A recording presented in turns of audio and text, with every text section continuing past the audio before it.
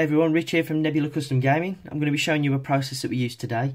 One of three processes. Normally we use hand painting, airbrushing, obviously with stencils, or Waterslide decals. These are the same sort of things you'd see in the Airfix kits. Well, some people use them on Airfix kits.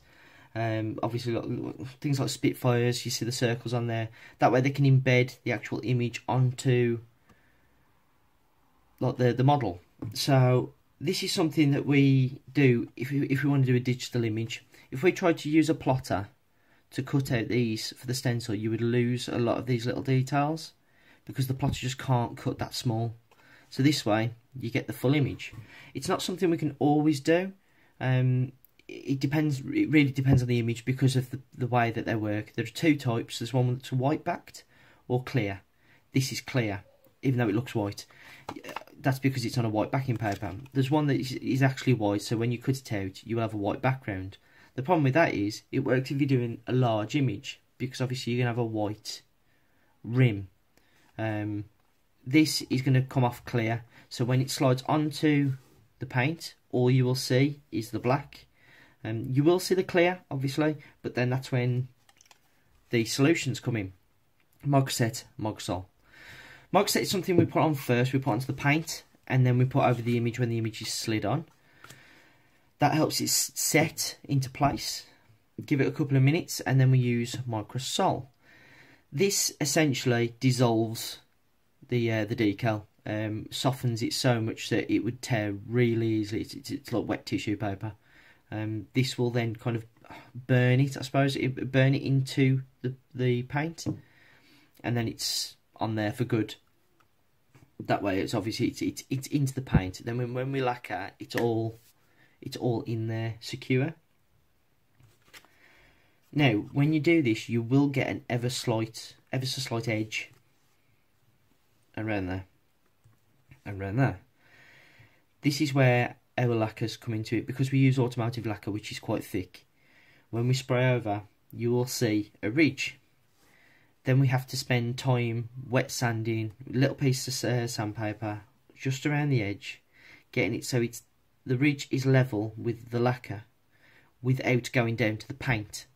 As soon as you get down to the paint, you've then got to try and repaint in using the airbrush, but try and make it look like it's part of the rest of it. The problems just build and build and build then. So, and with something like this, you've got one chance, because this is the front of an Xbox One, which has all the sensors and everything inside, so you can't really just go out and buy one of these.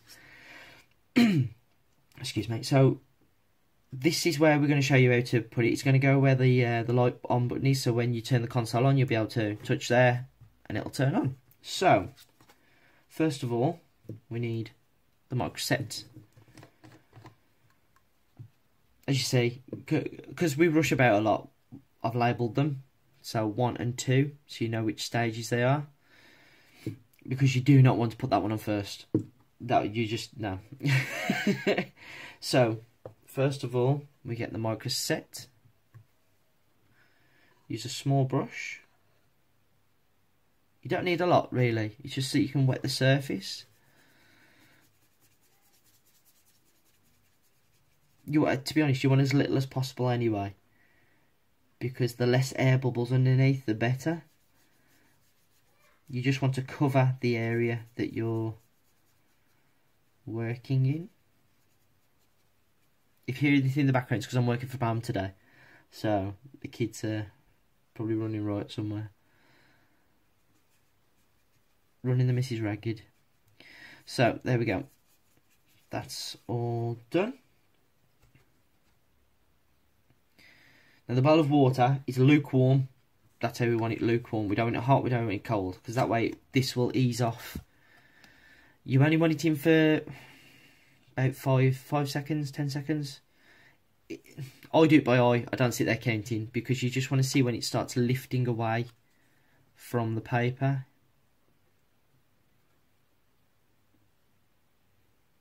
They will curl when you put them in as well, so I tend to hold them for a bit, just until they start sitting flat.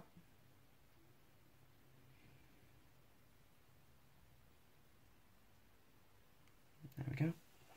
Leave that set for a second. In the meantime, just keep brushing this, because you will see they'll start pooling. So you want it to be as level as possible.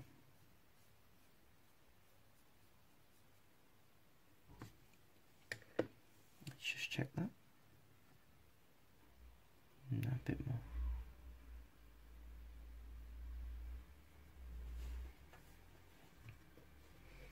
You will still need the microset, so leave the lid off that without knocking it over.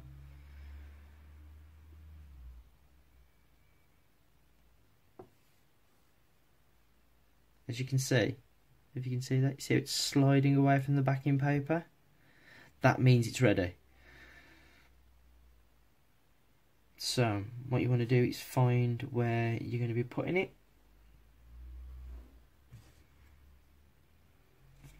So we want it level there.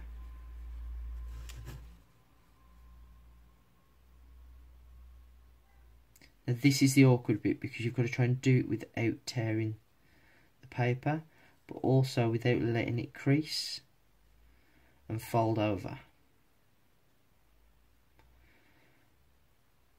Sometimes I've sat here for absolutely ages because some just fight you, you know.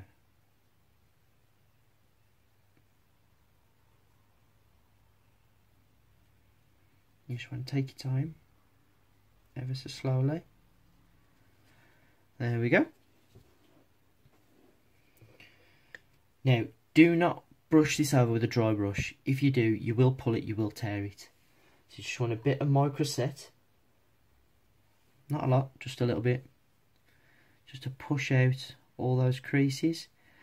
As it's drying, it will crease up. Don't worry about that. Don't even panic about it. That's if you ever want to try this. You know, you could just get me to do it. Just push out as many of the air bubbles and creases as possible. There's a little fold here, as you can see. But that's something we can push out ever so gently.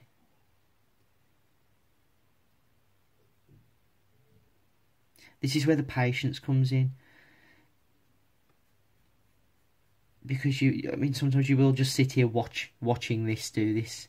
Because if you walk away for too long and it creases a little too much, the black will, especially black for some reason, it's like a thinner ink in the printers. These are laser colour printed, and they'll crack really easily compared to the other colours. So just get that as much out as you can with the microset.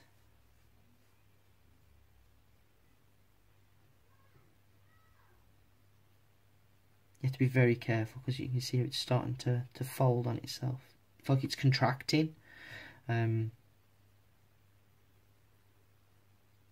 there we go. So we just leave that covered now for a few minutes. Well, for a few minutes or until it's dry. You can see it drying off. At some point you can get some kitchen towel, some wet kitchen towel, and just give it a little bit of pressure to press it down if there's any bubbles forming. But there are other ways to deal with that, which I will show you if that happens. For example, you using a pin and the microsol can get rid of a lot of bubbles very easily without causing a problem. So yeah, we'll just let that set and then we'll be right back. Right, we're back after letting it set. As you can see, that is now near enough dry enough. You can see the little creases when the light hits it. That's where the new solution is going to come into it. So we've now got our microsol. I'm going to do this from over here because I realise my hand's getting way too close to the camera. So we're going to do it from over here. So we're going to get microsol and just ever so gently go over the top. Now this solution will soften the decal so it kind of embeds into the paint. Now remember that fold that we had in the corner? That's where the microsol is going to help a little bit to push that out. But it will tear if we're not careful. See, I don't know if you can see that on the camera here. It's starting to pull now because it's softening so much. And it's pushing out a lot more. I always get really nervous when I'm doing these, because especially with black just makes me really nervous, because just the slightest too much pressure or in the wrong direction, and you're just going to pull it and it's going to look terrible, and then you've got to sand it back, start again. But hopefully this one's gonna play nice.